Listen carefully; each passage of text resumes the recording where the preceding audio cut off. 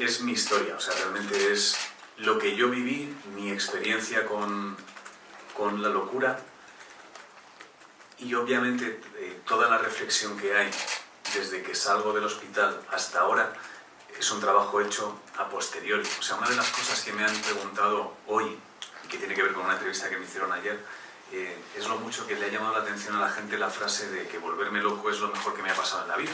Hay mucha gente que me dice, ¿cómo puedes decir eso? Incluso hay una persona quizá o dos que creen que es una frase, una frase bonita de las que se sacan para poner en Instagram. Creo que hay mucha gente que puede llegar a pensar que lo digo por no, vamos a tratar de ver esto como algo positivo, algo de luz, porque esto no, está muy lejos de ir por ahí. Si realmente digo eso es porque volverme loco es lo mejor que me ha pasado en la vida a mí, y es algo que eso obviamente lo puedes analizar ahora. Cuando sales del hospital no sales diciendo, hostia, qué bien, lo que me ha pasado, me he vuelto loco, fenomenal, lo mejor que me ha pasado. No, estás en la mierda, no es lo mejor que te ha pasado. Pero ahora, haciendo el balance de lo que yo era antes, lo que soy ahora y lo que he tenido que hacer para estar aquí, obviamente es algo que solo he podido hacer por lo que me sucedió. Entonces, el hecho de acabar completamente vacío, sin saber quién eres, teniendo que recomponerte y rehacerte por completo, te obliga a reconstruirte. En esa reconstrucción yo me he convertido en alguien que es mejor de lo que era antes que cuando sufrió el brote psicótico.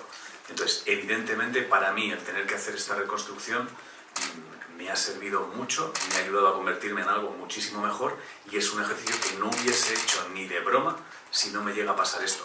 Por lo tanto, esto que me ha pasado es lo mejor que me ha pasado en la vida. A mí, a quien no sepa usarlo y a quien siga en la mierda, pues a lo mejor, obviamente no es lo mejor que le ha pasado en la vida, pero a mí sí, con diferencia. ¿Y por qué lo estás contando? Y porque lo estoy contando. No, claro, hombre, si no lo estuviera contando, estuviera en el hospital, ingresado y malo, pues no sería lo mejor que me ha pasado en la vida, claro. Pero como a mí, un bien pare, ¿no? Como claro. un bien pare de tu vida y decir, vale, y ahora... Claro, es de repente puedes hacer ese análisis ahora. O sea, quiero decir, cuando alguien te dice, pues yo estoy ahora mismo recién salido del hospital y no es lo mejor que me ha pasado en la vida. No, claro, ni a mí nos ha jodido. O sea, si me hubieras preguntado nada más salir del hospital, es lo peor que me ha pasado en la vida. O sea, sales del hospital diciendo, pues yo creo que no me puede pasar nada peor y además ni siquiera podré remontar. Pero cuando descubres que se puede, pues ahí es cuando tienes que hacer el balance a posteriori. Te obliga a verlo desde fuera, pero metiéndote de lleno en la historia. Entonces, de repente cada recuerdo y cada sensación que recuerdas para poder escribir, o sea, cada viaje que haces a ese momento, te abre nuevas puertas, nuevas sensaciones, vuelves a recordar cosas que no necesitabas porque son tristes, porque son dolorosas, etcétera, etcétera. Entonces es un trabajo que de otra forma yo no hubiese hecho, seguro. Y como además tratas de explicarlo de forma que se entienda, porque es un universo muy complicado de simplificar y sobre todo de conseguir que se entienda, que alguien que no ha estado ahí o no ha vivido algo así pueda entender lo que está pasando, pues tratas de ajustar el lenguaje para que eso sea lo más coloquial posible, que era una de las cosas que necesitaba. O sea, necesitaba que el libro, al leerlo, tuvieras la sensación de nos hemos sentado en una mesa, tú y yo, que somos amigos, y vamos a hablar como amigos. O sea, vamos a hablar con este lenguaje, no vamos a hacer malabares ni nada, vamos a charlar de tú a tú. Poder hacer ese ejercicio, para poder sintetizar algunas cosas y simplificarlas, tienes que entrar muy, muy en profundidad en lugares que son duros desde ahora. Son tristes porque los ves y dices, hostia, aquí probablemente le hice daño a esta persona, esto que pasó no ha sido guay. Entonces es un ejercicio muy terapéutico, mucho. Y de hecho, a pesar de que el libro sigues escribiendo. Descubres que tienes ahí algo que te viene muy bien y dices, pues a muerte con esto. Entonces sí. Respecto a las redes, lo que yo he descubierto durante este año y medio en redes ha sido fascinante para mí. Primero porque dejé de pensar en el concepto redes, esto es un poco raro, pero dejé de pensar en el concepto redes y empecé a pensar en el concepto comunidad. Es decir, personas que te siguen porque les gusta o interesa lo que haces, o a lo mejor no, a lo mejor te odian y quieren insultarte cada vez que pongas odio, que también puede ser. Pero en mi caso no es así. Entonces, esa visión, de repente lo que me permitió descubrir es que todo ese discurso de las redes son mierda, Twitter es un campo de odio y no sé qué, no es real. O sea, no es cierto. las redes sociales son tus redes sociales, son lo que tú quieras que sean tus redes sociales. Conozco a mucha gente que de repente no tiene ningún momento oscuro en sus redes, todo está tranquilo, de repente es un pantano muy tranquilo y ellos mismos entran y dicen: qué buen día hace hoy. Ah, no, perdón, que Twitter es para quejarse, vaya puta mierda de no sé qué. Inmediatamente dices: pero si has sido tú el que ha generado aquí la mierda, has sido tú solo, nadie ha venido a decirte nada. Entonces, creo que las redes sociales, cada uno las usa por lo que las quiere usar, etcétera, etcétera. Pero lo más importante es entender que vas a tener lo que tú generes, única y exclusivamente. Si llega alguien a molestarte y le das bola, tú estás generando esa bola. Puedes silenciarle, puedes bloquearle, puedes ignorarle. Potencia lo que te interesa, silencia lo que no, y con el tiempo tendrás lo que necesitas. Entonces, mis redes sociales se han ido construyendo de forma que ahora mismo todas están muy integradas. O sea, tanto Instagram como Facebook como Twitter es una gran comunidad. Y en el momento en el que anuncias que vas a publicar un libro, descubres que esa gente que ha estado contigo, pues es que van a muerte contigo. O sea, yo yo no sé si es normal o no es normal, pero que estemos sacando la tercera edición cuando esto está en preventa, me parece una volada de cabeza que no me lo creo. Y, no es normal. Vale. Ya te lo Entonces, digo. y sé que gran parte de eso, el 90% de que eso esté sucediendo, es porque la gente que me sigue en redes ha hablado del libro, ha compartido el libro, quería conocer la historia desde el minuto 1. Entonces, claro, Y lo ha reservado. Y lo ha reservado, Ya sí, sabemos sí. cuántos están ya vendidos. Claro, entonces todo el mundo desde el minuto 1 ha apostado por esta historia y por querer leerla. Entonces, para mí las redes sociales ahora mismo son un pilar fundamental de lo que estoy construyendo. Claro, ¿te das una idea? Mis días eran literalmente dormir 3 horas. O sea, yo necesitaba estar ocupado. O sea, tengo amigos que dan fe, no soy un chalao. O sea, esto se grababa a las afueras, no recuerdo el sitio. Se grababa a las afueras, no recuerdo. Yo por aquel entonces vivía en el centro. Yo me estaba marchando de mi casa, me levantaba como a las 4 de la mañana para largarme a las 5 y estaba entrando en la oficina a las 5:30, 6 de la mañana y me largaba de allí a las 8 de la tarde. Llegaba a casa, comía algo, dormía 3 horas porque preparaba un poco el programa al día siguiente y volvía a arrancar. Porque lo que necesitaba en ese momento era la sensación de estás vivo, o sea, estás haciendo algo. Entonces, en el momento en el que dejas de hacer, corres el riesgo de que la cabeza se vuelva a qué estaba pasando, lo que nos ha pasado, etcétera, etcétera. Entonces, yo estaba activo, pero estás con la cabeza ocupada en hacer cosas, no tiene más. Entonces, y totalmente inseguro todo el tiempo, estás buscando reafirmación todo el tiempo en cosas, es agotador. En 2020 yo creo que es el primer momento donde, finales de 2019, 2020, no te sabía decir una fecha exacta, pero por esas fechas es cuando empiezo a tener la sensación de poder fiarme de mí mismo sin necesitar confirmaciones de otras personas. Entonces, eso tienes la sensación de esto es una pista de que algo va bien, de que algo va bien, o sea, que por ahí, yo creo, más o menos. No, cuando hablamos de la parte del acompañamiento y de la gente que se queda, son muy pocos. Son muy pocos, entonces es muy poca gente, pero no lo digo en el sentido de todo el mundo se fue. O sea, hubo gente que desapareció de mi lado, pero yo por aquel entonces, cuando esto sucedía, mi círculo era muy pequeño. Entonces, de ese círculo muy pequeño, hay gente que se marcha y los muy pocos que se quedan, lo que les debo es infinito. O sea, porque además los muy pocos que se quedan son los muy pocos que lo saben. Respecto a si sentir rechazo, nadie lo sabía. Entonces, era imposible sentir rechazo, o sea, porque no había nadie que lo ¿Y ahora, supiera. cuando lo has reconocido profesionalmente, por ejemplo? No, vamos, a mí no me ha llegado, a mí vale. no he recibido ninguna me sensación. Parece muy importante, avance. No he recibido nada. Lo que comentábamos antes, el agradecimiento de parte de la gente que te sigue y que de alguna manera ven la posibilidad de compensarte el haber estado 1 año y medio haciendo un informativo diario, etcétera, etcétera, etcétera. Entonces, de repente esa gente hostia, el tío que me ha estado entreteniendo durante 1 año y medio no solo saca libro, sino que va de una movida que, hostia, no me lo esperaba para nada. O sea, ¿de qué va esto? Creo que parte es de eso. Otra parte, muy probablemente, es que sospecho que a poco que me conozcas, sabes que el libro va de verdad. O sea, no hay, o sea, el tono es el mío, si te gusta mi tono, es muy difícil que el libro no te interese, es muy, muy difícil.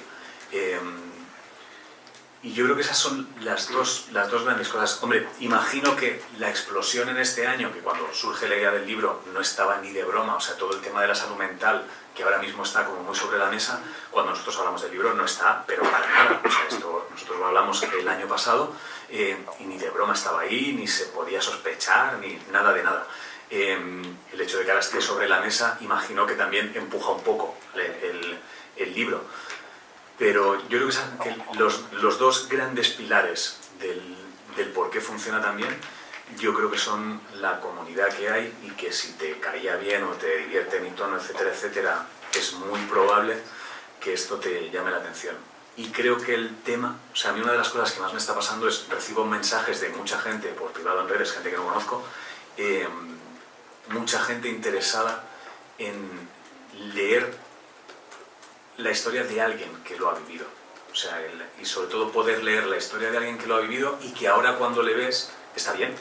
Entonces de repente creo que eso tiene algo de esperanzador, de espérate, si se pasa por esta movida y se puede estar bien, hostia, a lo mejor me apetece leer eso porque me vendrá bien.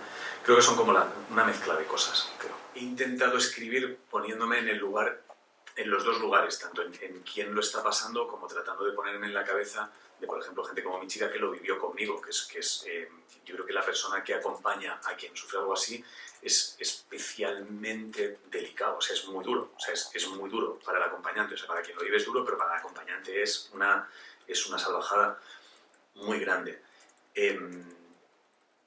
Entonces, quiero pensar que ayudará a perder el miedo o la vergüenza, por lo menos a comentarlo con tu círculo más cercano.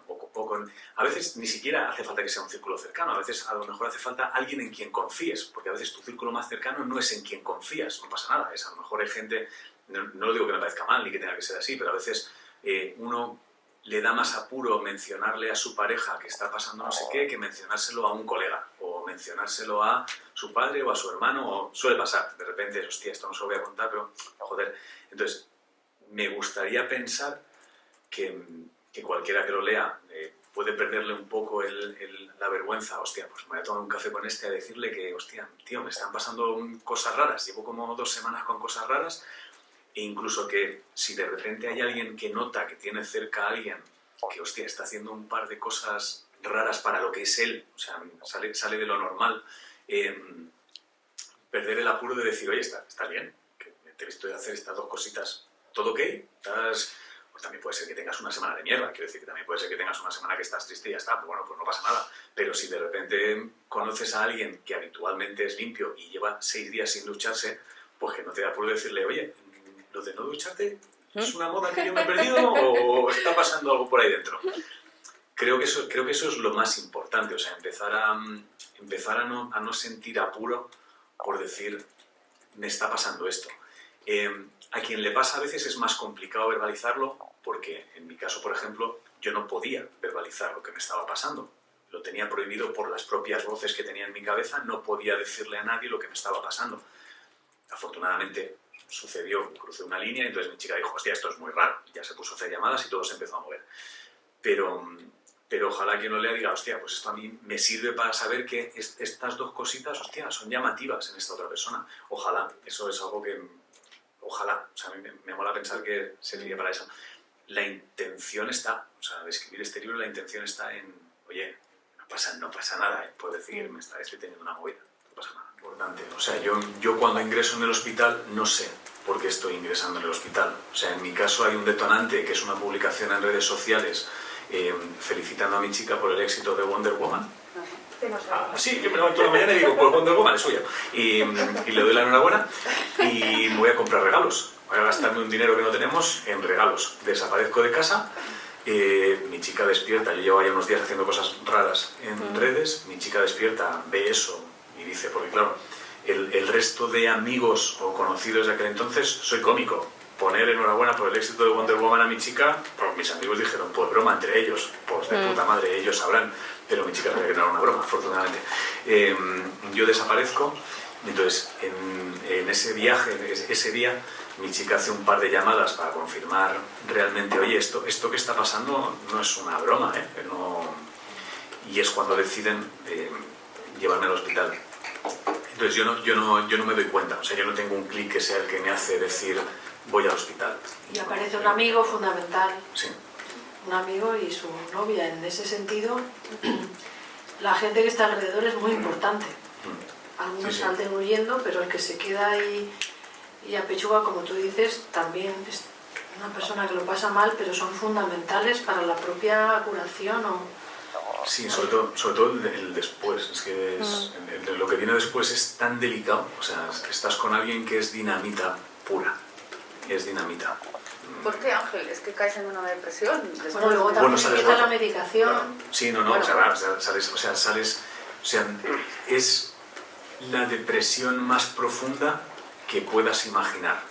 Cuando eres Porque consciente realmente, o cuando cómo sales es. del hospital, imagínate que tú ahora mismo, tú estás aquí bien, sabes quién eres, sabes lo que tienes, es todo de puta madre. Cuando cruzas esa puerta no sabes nada, nada de nada. Ni quién eres, ni los vínculos que tienes con nadie, ni qué es el mundo, ni quién es nadie exactamente. No eres capaz de poner 3 letras en esa libreta, nada funciona, nada está bien y además crees que va a ser así para siempre. Y tómate otras pastillas, que se van a encargar además de que te mantengas así para siempre, por si acaso. Entonces es eso, básicamente. Entonces, quien esté contigo, lo que te está viendo es a ti por fuera. Tú sigues vistiendo de blanco, tienes la libreta en la mano, has estado sentada ahí, pues ya está, ya has salido del hospital, ya Claro. está, ¿no? Tienes Es salud, como, ¿no? Está todo normal. ya está, Tu salud bien, está ¿no? bien, Hostia, vaya. tómate la pastilla, que ya está, ¿no? Y es como, hostia, no está. Porque va por dentro del viaje. Entonces, quien está contigo es que tiene que entender que es que eres dinamita, pero no para mal, no dinamita en el sentido de, pues ahora me enfado y te reviento, sino dinamita en el sentido de que cualquier palabra, cualquier gesto, cualquier cosa que hagas puede o hundirte más o darte un poquito de luz, un poquito. Es muy delicado. Quien acompaña es muy Y volver a destapar las voces Sí, sí. con las que habla permanentemente en el libro. ¿Sigues en terapia, Ángel? ¿Sigues con No. terapia? No. Ni medicación, nada. ¿Y cuál ha sido el mayor miedo en todo este proceso? La verdad es que el mayor miedo, Hablas de conversar con la muerte, ¿no? De que te sentías morir, a mí es que eso... sí, pero todo eso piensa que mientras lo estás teniendo no tienes miedo, es algo que va a pasar, de manera que lo estás gestionando como lo puedes gestionar, no hay emoción de miedo. El mayor miedo probablemente es a cuando sales del hospital, todo ese tiempo que hay en no poder volver a escribir nunca, absolutamente nunca. Es decir, no en el sentido de no poder escribir un libro, sino en el sentido de me dedico a esto. O sea, me dedico al entretenimiento. O sea, realmente no sé dónde está el humor. No sé si una broma es graciosa o no es graciosa. No sé, ni siquiera sé dónde buscar. O sea, no es como... Y tampoco puedo estar sentado escribiendo porque la medicación impide que estés sentado concentrado escribiendo. Entonces, es como de repente creo, si a alguien le ha pasado alguna vez o alguien en algún momento lo ha vivido, esta sensación, creo que debe ser lo más parecido a, pues, hasta aquí la vida. Ahora esperar que llegue el fin. ¿Así te sentías? Sí, cuando sales del hospital es así. Sí. O sea, esperar que llegue el fin, o sea, esperar... No vas a ser capaz de hacer nada, no vales para nada. Ostras, y luego cada pasito que dabas era... No. Tampoco era motivante. No, porque tampoco necesitas la aprobación de tanta gente para poder dar un paso que realmente no lo das convencido, lo das porque tienes que darlo. Quiero decir, escribir un monólogo, que para mí es algo que, bueno, pues escribes un monólogo, te lleva un proceso, es tiempo, son meses, probar, etcétera, pero más o menos sabes si una broma va a estar bien o va a estar mal, más o menos lo sabes. En ese momento, juntar 2 palabras es tener que hacer muchas llamadas, juntarte con mucha gente, confirmar que eso va a ser gracioso con ellos, preguntarles al día siguiente otra vez si no te están engañando porque como has estado en el hospital no solo para animarte y no sé qué, bla, etcétera. Entonces estás buscando la confirmación de absolutamente todo cada segundo. Entonces, o sea, lo que piensas es, pues no voy a poder, o sea, bueno, lo tengo que intentar, porque evidentemente lo tengo que intentar, pero ya está, no vas a poder, no vales para nada nunca más, ya está, se ha roto algo dentro y ya está. Ahora desde un lugar en el que me he enfrentado a muchos demonios y he conseguido salir de ahí. Entonces, cuando alguien pasa por algo así, ahora mismo estará en cualquier momento de esta fase, o sea, puede estar en el escalón 1, en el 2 o en el fondo, es muy complicado y además si estás ahí es muy, muy difícil creer en cualquier mensaje de esperanza, es muy difícil, porque no lo ves. Es decir, no tiene más. O sea, en el momento en el que estás mal, si me dicen, no te preocupes, que podrás escribir un libro, te digo, ni de broma, pero ni de broma. Si no puedo estar 3 minutos sentado en un ordenador, voy a escribir un libro, olvídate, es imposible. Lo que sí les diría es que se puede salir. Quiero decir, eso sí, y hay gente que ha salido y hay gente que está saliendo. Eso se puede, ¿vale? Cada uno tiene que encontrar sus herramientas, sus fórmulas, y es un trabajo duro, difícil, muy cansado, agotador, y muchas veces te vas a caer. Es súper importante que asumas eso por si acaso, que no te desesperes, porque cuando creas que, bueno, pues estoy mejor, igual mañana te levantas y estás peor. Eso va a pasar. Es importante que lo tengas súper claro. Y no pasa nada. Respecto al título, preguntabas el por qué, por si las voces vuelven. Fue porque realmente yo, cuando me planteé escribir el libro, la primera idea que yo tuve en mi cabeza fue una especie de manual para mí, de por si de repente vuelven las voces, tener yo un manual al que recurrir. Es decir, poder abrir un cajón, saber que eso ya ha pasado y tener una guía de viaje por la que moverme para gestionarlo mejor y que la recuperación fuese mucho más rápida, que esa es la intención, realmente. O sea, cuando surge la posibilidad de escribir el libro, lo primero que pienso es una puta guía ya, una guía ya. Porque si vuelven, quiero coger el libro y saber lo que me está pasando, lo que me pasó y lo que puedo hacer para salir de ahí, o por lo menos lo que hice la primera vez que sucedió. Vaya por delante que no lo publiqué en rollo, me molesta muchísimo, o deberías, no iban por ahí los tiros. Yo generalmente en redes, cuando aparece algo así, me divierte mucho, pero es una cosa que llevamos ya desde hace un año y medio. Me divierte mucho el que hoy en día generalmente se busca mucho el clickbait, voy a poner el titular más salvaje que pueda poner, a ver si así clican. La primera vez que sucedió fue cuando con el anuncio de la publicación del libro, alguien publicó, ¿cómo fue? Hostia, algo también que era como muy, hostia, macho, cómo se os ha ido la puta pinza. Entonces no necesito matizar nada, porque además en la entrevista, cualquiera que lea la entrevista lo entiende, y cualquiera que lea el libro lo entiende, y que tuve un problema con las drogas, es verdad, quiero decir que no es ningún secreto. El por qué compartir ese titular es por seguir con ese juego que tenemos habitualmente de sube la apuesta. Alguien ni se lee una entrevista y decide poner Ángel Martínez drogadicto. Pues venga, vamos al rock and roll. Y entonces ya jugamos a que la gente suba la apuesta de ese titular. Entonces, cuando lees los comentarios de eso, pues es que yo luego por la mañana me río mucho, que es Ángel Martínez drogadicto y podría matarte. Ángel Martín, ya sabemos quién vendía droga en la puerta de los colegios, los VIPs. Entonces, es más un juego que no lo hice desde el punto de vista de, hostia, habéis cogido esta frase, mirad, me iban por ahí los tiros. No, ni de broma.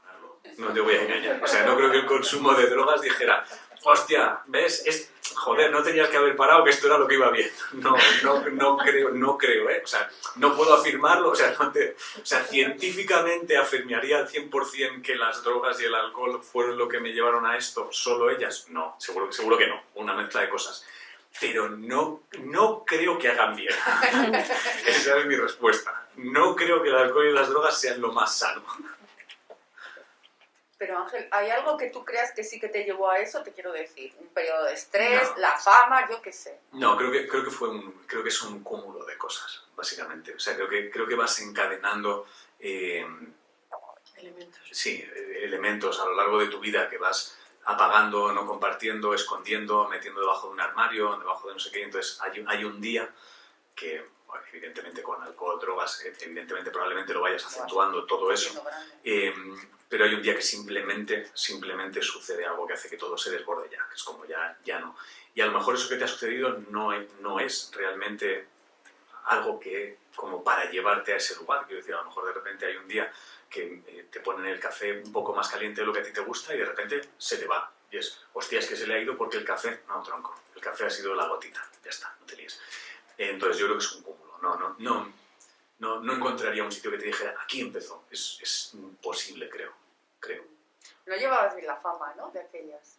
No llevaba bien la fama. La fama. Eso lo que hiciste, No, te bueno, cansaste un poco, ¿no? No me cansé de la fama, la fama nunca la he llevado ni bien ni mal, ¿no? La fama es algo que va con el curro que hacemos, entonces si te va muy bien, pues eres más conocido y si no, pues menos, no tiene más. Yo la tele la dejé realmente porque ya no... O sea, no tenía nada que ver el proyecto en el que estaba con el proyecto que había nacido. Entonces no iba en una dirección que a mí no me interesaba y a nivel personal yo tenía que replantearme ya muchas cosas en mi vida. O sea, realmente estaba haciendo una cosa que era un proyecto que no tenía nada que ver con el proyecto que nació y yo tenía que decidir si realmente quería dedicarme toda mi vida a la tele y presentar programas o a otra cosa. Entonces fue un momento de cambio, pero no tuvo que ver con la fama. No tengo en mi vida nada que no quiera tener. Y estoy construyendo mi vida en base a lo que quiero tener y lo que a mí me interesa. Entonces,